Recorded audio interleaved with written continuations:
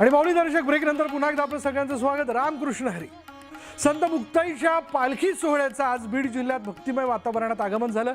पंढरपूरच्या दिशेनं मार्गस्थ असलेल्या पालखीतील संत मुक्ताईच्या पादुकांना परंपरेनुसार गोदावरी नदीत पवित्र स्नान घालण्यात आलं. आदिशक्ती मुक्ताबाईंच्या जयघोषाने गोदावरीचा तीर दुमदुमून गेला. त्यानंतर बीड जिल्ह्याच्या सीमेवर गेवराईकरांनी पालखीचं उत्स्फूर्त स्वागत केलं. आज पालखीचा मुक्काम गेवराई शहरातील चिंतेश्वर मंदिरात असणार असून उद्या पालखी बीडकडे प्रस्थान करणार आहे.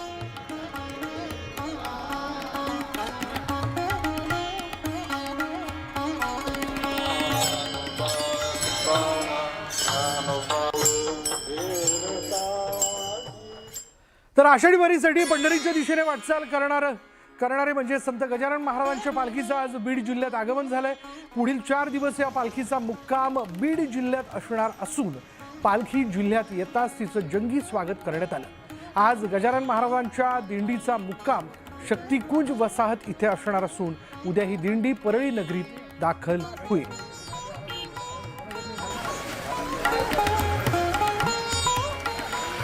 त्यामुळे आज रामकृष्ण हरी बरोबर जय गजाननचा देखील जयघोष करण्यात आला. पालखी सोहळ्याची सुरुवात झाली. यात 2 प्रमुख पालख्या सगळ्यात सुरुवातीला निघतात. एक आहे संत मुक्ताईंची पालखी जी मुक्ताईनगरमधून निघते, खानदेशातून निघते, आणि विदर्भाची पंढरी ज्याला म्हणलं जातं त्या शेगाव नगरीतनं संत गजानन महाराजांच्या पालखीचं प्रस्थान होतं. तेव्हा खऱ्या अर्थानं पालखी सोहळ्याला सुरुवात झालेली असते असं आपण म्हणूयात.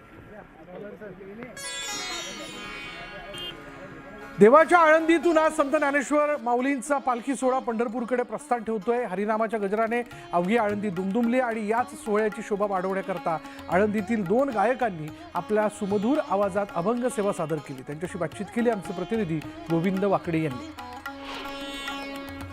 कैवल्य साम्राज्य चक्रवर्ती महाराज ज्ञानेश्वर माऊलींचा पालखी सोहळा मार्गस्थ होतोय आणि अर्थातच या सोहळ्यामध्ये आपल्याला सगळीकडे ऐकायला मिळतं तो हरिनामाचा गजर. अर्थातच माझ्यासोबत आळंदीतील आघाडीचे गायक नामदेव आणि दुर्वा आहेत. त्यांच्याकडनं आपण आज अभंग सेवा साधून घेणार आहोत. स्वागत आहे न्यूज 18 मराठीमध्ये. बेटी लागे जीवा या विशेष कार्यक्रमातनं आपण या वारीचा अनुभव आपण सगळ्यांना देतो आहोत. या वारीच्या वाटेवर तुमच्या काय भावना आहेत त्या अभंगातनं व्यक्त करा. टाळी वाजवावी गुढी उभारावी, टाळी वाजवावी गुढी उभारावी, वाटही चालावी पंढरीची पंढरीची, वाटही चालावी पंढरीची.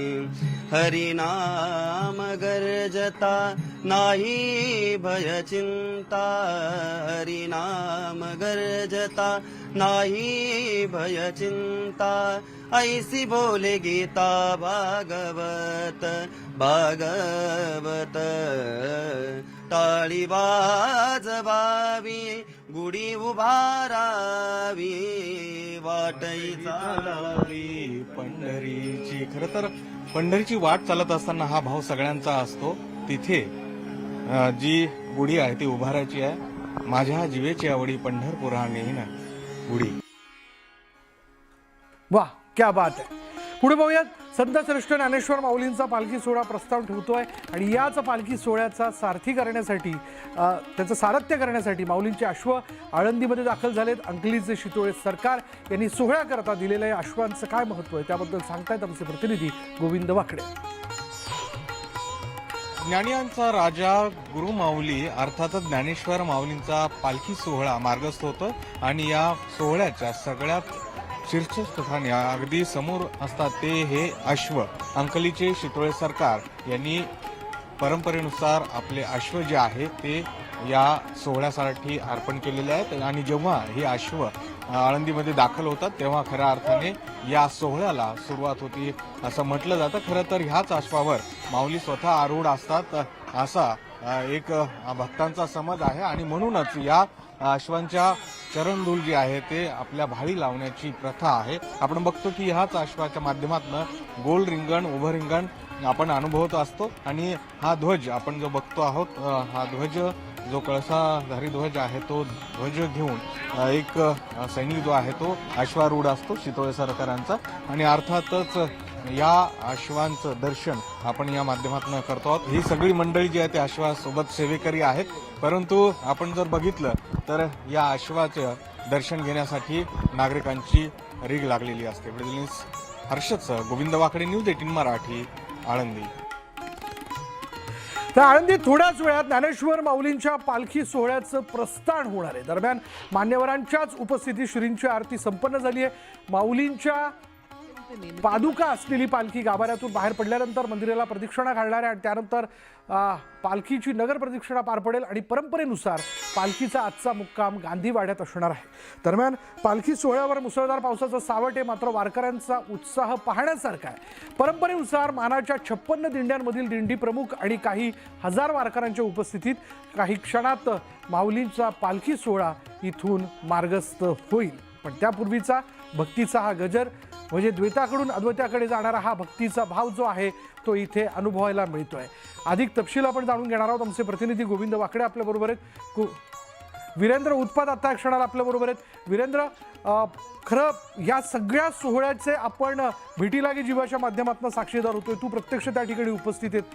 काय म्हणजे किती वेळात साधारण माऊलींच्या पालखीचं प्रस्थान होईल, काय कळतंय? माऊलींच्या पादुका म्हणजे पालखीमध्ये ठेवण्यात आलेल्या आहेत आणि आता थोड्या वेळातच पालखी मंदिराच्या बाहेर पडेल. मानाचे जे मानकरी आहेत त्यांचे सगळ्यांना तो प्रसाद देण्यात आलेला आहे. त्याच्यामध्ये शितोळे सरकार असतील, पंढरपूरचे बडवे उत्पात असतील, वास्कर महाराज असतील, असे सगळे जे वारकरी संप्रदायाचे मानाचे वारकरी आहेत ते त्यांचं आता ते मानाच्या वारकऱ्यांचं हे झालेलं आहे आणि आता संपूर्ण ही प्रक्रिया झाल्यानंतर ना थोड्या वेळात पालखी मंदिरातून बाहेर येईल आणि प्रदक्षिणा करून आजोळघरी म्हणजे गांधीवाडा इथे आज पालखीचा मुक्काम आहे, तिथं पालखी येईल. विशाल, बरोबर. पालखीचं जे प्रस्थान सोहळा जो थोड्याच वेळात सुरू होईल, प्रथे परंपरेमुळे आपण जर पाहिलं तर यंदा प्रत्येक म्हणजे दिंडीमधनं साधारण 50 लोकांनाच, म्हणजे गेल्या वेळी आपण पाहिलं तर 10 लोकांनाच प्रवेश देण्यात आलेला होता, पण यंदा प्रत्येक दिंडीतल्या मानाच्या दिंडीतल्या 50 लोकांना या ठिकाणी प्रवेश देण्यात आलेला आहे आणि अर्थात त्याचा देखील एक आनंद सगळ्या वारकऱ्यांमध्ये असेल. वीरेंद्र,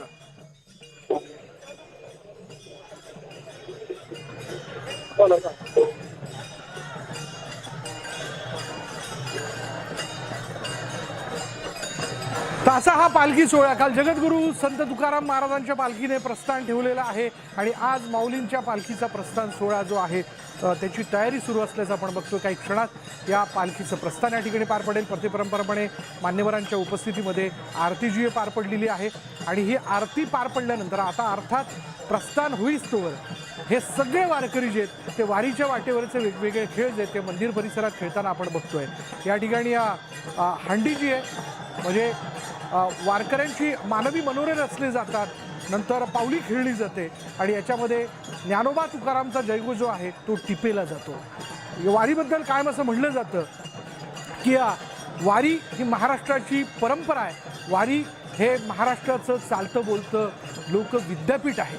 वारीमधल्या वेगवेगळ्या भावना महाराष्ट्रातल्या प्रत्येक व्यक्तीला समृद्ध करत असतात आणि आज वारीच्या वाटेवरचा हा सगळा प्रवास गेली शेकडो वर्ष सुरू आहे. संतांनी सुरू केलेली ही वारी आजही एक परंपरा, एक वैभव म्हणून जपली जाते. जाऊयात आमचे प्रतिनिधी अनिश शेख आत्ता क्षणाला आपल्याबरोबर आहेत. अनिश, आपण पाहतोय की माऊलींच्या पालखीच्या प्रस्थानाची सगळी तयारी झालेली आहे. सगळ्यांना ओढ आहे ते पंढरपूरच्या दिशेनं आता पुढली वाटचाल करण्याची. साधारण किती वेळात हा प्रस्थान सोहळा सुरू होईल? खरं विशाल, तयारी सध्या पूर्ण झालेली आहे, परंतु आता आपण जर पाहिलं तर काही क्षणातच या ठिकाणाहून जी आहे ती माऊलींची पालखी निघेल. परंतु जे या ठिकाणी आलेले वारकरी आहेत त्यांना या मंदिरात काही कारणास्तव जे आहे ते प्रवेश दिला जात नाही, कारण की जे नदीवरील जे पूल आहेत पुलावर पाणी जे आहे ते खाली आहेत सुरक्षेच्या दृष्टीने वारकऱ्यांना पुलाच्या पलीकडे थांबवण्यात येत आहे. याच कारणाने त्यांच्यात नाराजी देखील आहे. वारी जी आहे ती वारी काही वेळात आता सुरू होणार आहे आणि माऊलीचं जे पुढचं प्रस्थान आहे ते देखील आता काही वेळात होणार आहे. जे काही वेळामध्ये या प्रस्थानाला सुरुवात होईल आणि आता त्यापूर्वीचा सगळा उत्साह माऊलींच्या मंदिर परिसरातला आपल्याला पाहायला मिळतोय.